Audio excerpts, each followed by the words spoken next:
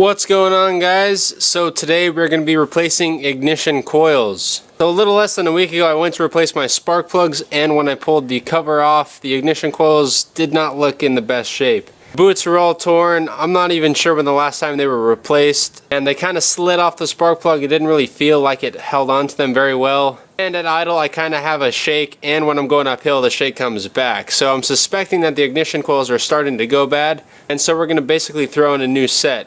Tools we will be using: a 3/8 driver and a 10mm socket. So I have a deep well and a short well there. I'll be primarily using the deep well, but we will use the short well for the back cylinder number 6. It's a little hard to get to with the deep well. That's basically it. That's the only tools we'll need to install the coils. It's really not that difficult. Alright, so the first thing we're going to do is have to get this little cover off here. So there are two little plastic caps that usually sit on here, and you just basically get on the end of them. They have little cutouts on the end here. Just get a flathead screwdriver into those, pop those guys up, and then you'll have access to the bolts. And you guessed it, they're 10mm.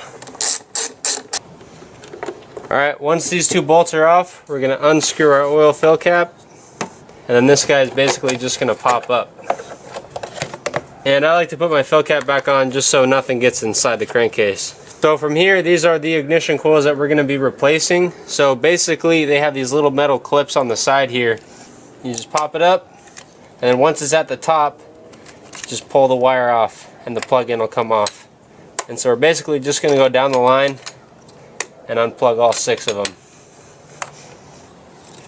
There we go. That's all of them. Alright, so from here we're basically just going to be unbolting these two 10mm. Each one has 2 of them. But before we do that, some of them do have ground wires, like this one here. You can see it runs to the top bolt there. On the OBD2 cars it has one on this side, and then it has one on the top on cylinder number 6 on the back there. So before you start ripping them out, make sure you get a picture of where these guys go so that you can put them on correctly when you reinstall the new coils. I do know the OBD1 cars do differ a little bit in how they run their ground wires for the ignition coils. If you have a 95 and below, I would take some pictures of how these are ran because they are different than this car. But basically from here we're just going to unbolt them. Alright, so once it's unbolted, we're basically just going to pull it out. And then basically once the old one's out, we're just going to pop the new one in. So again, when you're bolting them in, make sure to get the ground wires correct. And I like to get them on hand tight. And we're just going to take the ratchet and give them a nice turn. Get them nice and snug. This is just to make sure that they stay on there. If you want to torque them, 89 inch-pounds is a good number. But these really don't do much. They just hold the coil pack in place, so don't freaking He-Man it and murder it, because you'll strip the threads in the valve cover if you try and kill it trying to get it on. So that's basically it. So this one has been replaced. Now from here we're basically just going to go down the line and just swap each one for its new coil.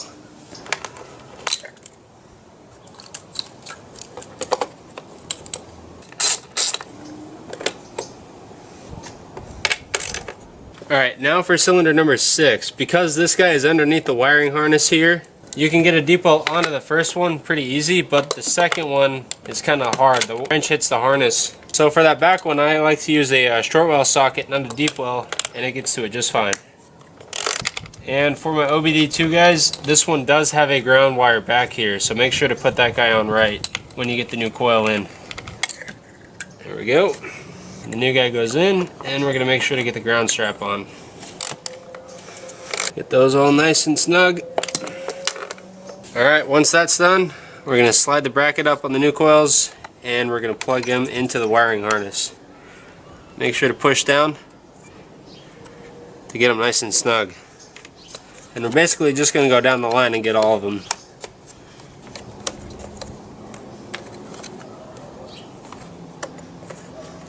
Once you're done with that, we're going to remove our oil filler cap, stick our cover back on, put our filler cap back on, and then we're going to get these guys nice and snug.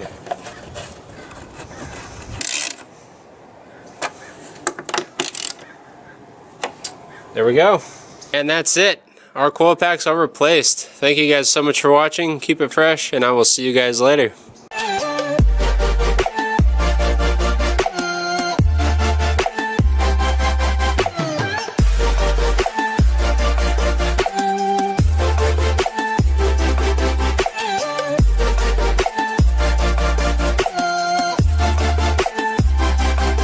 We're dreaming.